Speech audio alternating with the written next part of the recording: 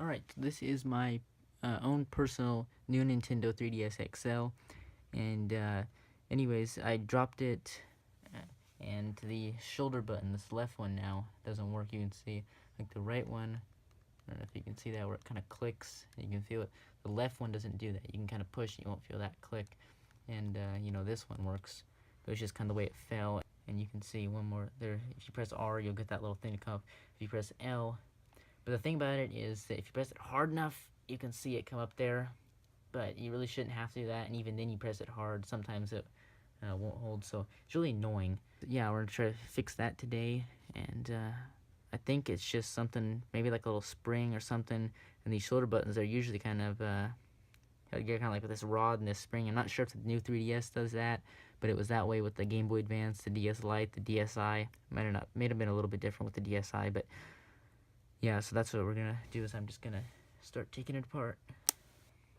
First thing we do is always turn it off,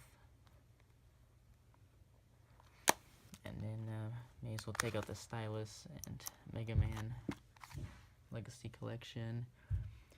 And the first two screws to remove are these two, and they're captive.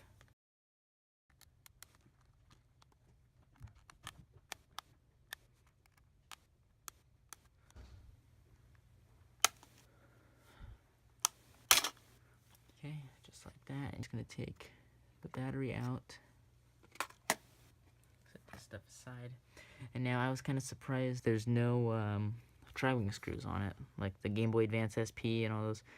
They had tri-wings, but these are just plain old Phillips heads. Right now, we're going to remove all these along. There's 6 of them here.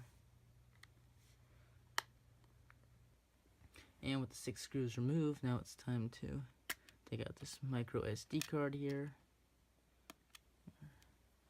And be very careful when taking out these 6 screws here, because they're pretty easy to strip. I stripped one. You can see here I had to drill it out. There's a little bit of damage to the case, but nothing that it affect the functionality of the system. So just be careful doing that. And now we've got to take out these 2. There's a couple screws under each of these, so I don't know what will really be the best way to do this. So try to just take a flat head and a screwdriver and just carefully get under there. You don't want to destroy these rubber pads, but you can get them out there. And then you got 2 Phillips head screws right here and here under the.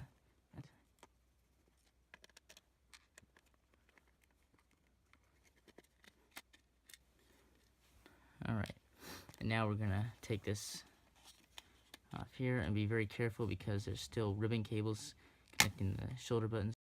So just kind of flip it up over like, and take a spudger and deconnect that one from there and that one from there. So we're done with this part, because all this works, and now we focus on this. And now it was this one that doesn't work, so I'm gonna take off these 2 screws here and see why that is.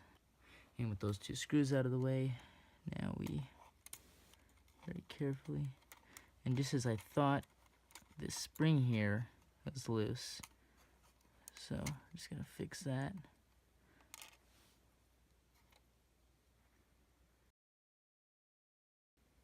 Alright, well, I finally figured it out, how all this goes back together again after taking apart this right side and just kind of trying some things. So take this ribbon cable here that has the 2 buttons on it, and the one on the right goes on top, right, like that. The one on the bottom goes, and the one on the left goes in the bottom there. So that piece goes like this. And then you take this and the shoulder button and the spring, and it goes in the second little peg towards the inside, or towards the middle of the console there. And you want to put it like that.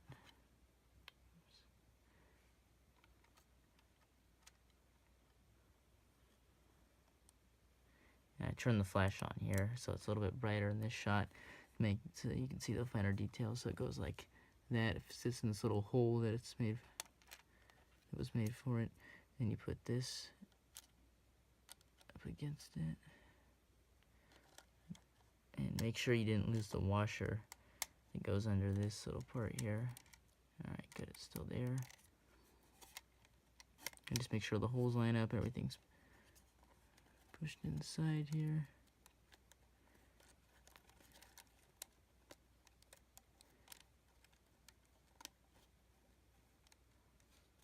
And you can hear. So I'll just put the screw in there and it should work. Or 2 screws, sorry. Alright. Alright, just make sure that I still hear that click. Yep, they both work, and it looks like it's like kind of pulled up a little bit, but I think when it's put back together, you know, it'll kind of go back into place where it should be. Same with this one on the right. So, again, reassembly.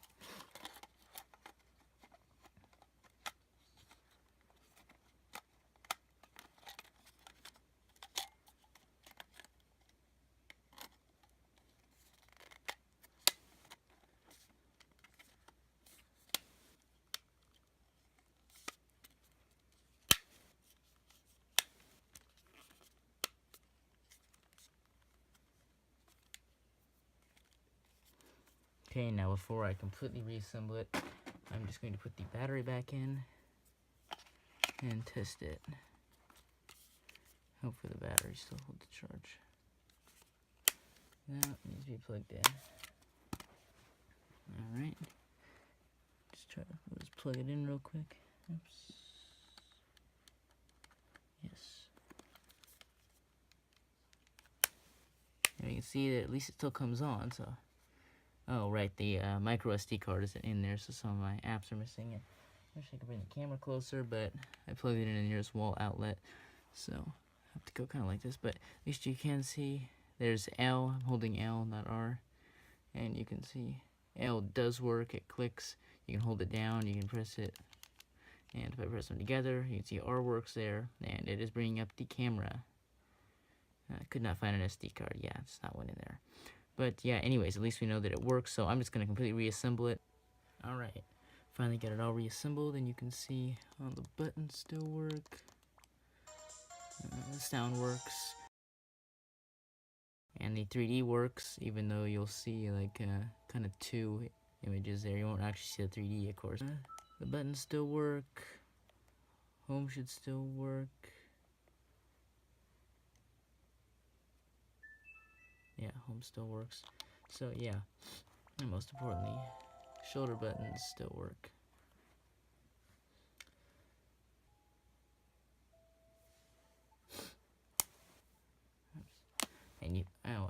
And you can see, let me see, there's the stylus. You can't really even tell it's been opened. The shoulder buttons both line up really flush. They line up about as good as they used to. There's no more marks on here than there used to be from dropping it, and yeah, everything looks pretty good overall. So yeah, we're happy with the way this repair turned out. It's always it's not something you want to do to have to open up something you just paid $200 for a few months ago and do a repair on it. But yeah, I didn't have to buy any parts, and it was a pretty quick repair. Very frustrating though, trying to get the spring just right, especially because I haven't been feeling that great today. Yeah, thanks for watching, and yeah, like, share, subscribe, comment, all that good stuff. And if you haven't seen the rest of my channel, I advise you to check that out. I got lots of repair videos like this, or at least a few. I'm still sort of new, and just all kinds of videos on Nintendo, and I'll keep making more. So, yeah, thanks for watching.